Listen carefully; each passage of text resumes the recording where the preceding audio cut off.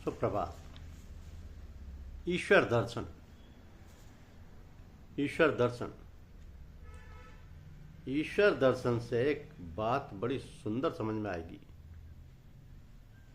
कि इन सुख दुखों की स्थिति दूर तक नहीं है, केवल हमारे शरीर तक है, और वो भी जागृत अवस्था तक। तुम जानते हो, जागृत के सब सुख दुख स्वप्न में बदल जाते हैं। जागृत का राजा स्वप्न में कंगाल बन सकता है, जागृत का महान दुखी स्वप्न में सुख भोग सकता है, जागृत का निस्संतान स्वप्न में पहुंचकर पुत्रों से मिल सकता है, पर इससे ही कुछ दूर सुषुप्ति में कुछ भी नहीं रहता।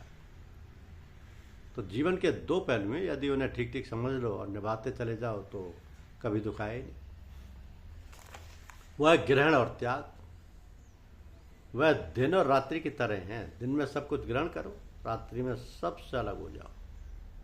कुछ देर इसे भगवान का समझो, उनका हिसाब उन्हीं को सौंप कर सुख की निद्रा लो। यही ग्रहण और त्याग है। ग्रहण करो परंतु फिर उसे त्याग भी दो। यदि ग्रहण करते ही चले जाओगे तो क्या दशा होगी जीवन की, कितना बोझ हो जाएगा तुम्हारे शीश पर। इसलिए कुछ बोझ रखो भी, कुछ देर के लिए उसको उतार कर दूर फेंक दो।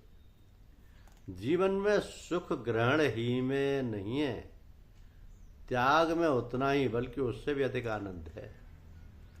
एक महात्मा कहीं घूमते घामते आ निकले। एक सेठ ने उनसे कहा कि भगवान कुछ दिन मेरी बगिया में निवास कीजिए। वहाँ बड़ा सुंदर एक कमरा है, उसमें सुंदर पुस्तकें भी हैं, आराम के सब साधन उसमें रख छोड़े हैं। साधु जी उसमें ठहर गए। उनका नियम था कि सवेरे उठकर घूमने जाते, बहुत देर में लौटते, फिर जब तक बैठते कमरे को बंद करके बैठते।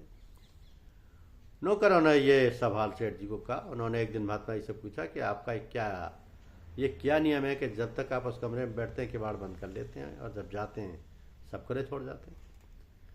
महात्मा जी कहने लगे, ठीक तो है, जब तक मैं इस कमरे में हूँ सब वस्तुओं को संभालना है, उनसे मुझे एक काम पड़ता है, लेकिन जब बाहर जाता हूँ तो खुला इसलिए छोड़ जाता हूँ कि जाने लौटा या नहीं। मैं शरीर का बोझ मन पर नहीं लाता। ऐसा करने से मुझे कोई चिंता नहीं सताती, शांति मिलती है। मुझे प्रभु पर विश्वास भी है, जो आज दे रहा है तो कल भी अवश्य देगा। यही मेरा ग्रहण और त्याग है। तो हम अपना जीवन उसी लालची युवक की भांति ना बनाए जो प्रत्येक वस्तु को पकड़ता है, किसी को देता ही नहीं, और उन्हीं के संग्रह तथा रक्षा में जीवन व्यतीत कर देता है। तुम अपना जीवन ईश्वर में बनाओ, नित्य लो नित्य दो, क्योंकि ईश्वर नित्य है और यह जीवन भी अनित्य नहीं नित्य है। एक मनुष्य किसी को देता है तो बहुतों के सामने देता है, वह निम्न कोटि का मानव है। दूसरा किसी को दान करता है तो वह किसी को दिखाकर नहीं, बस दो ही जानते हैं, देने वाला लेने वाला।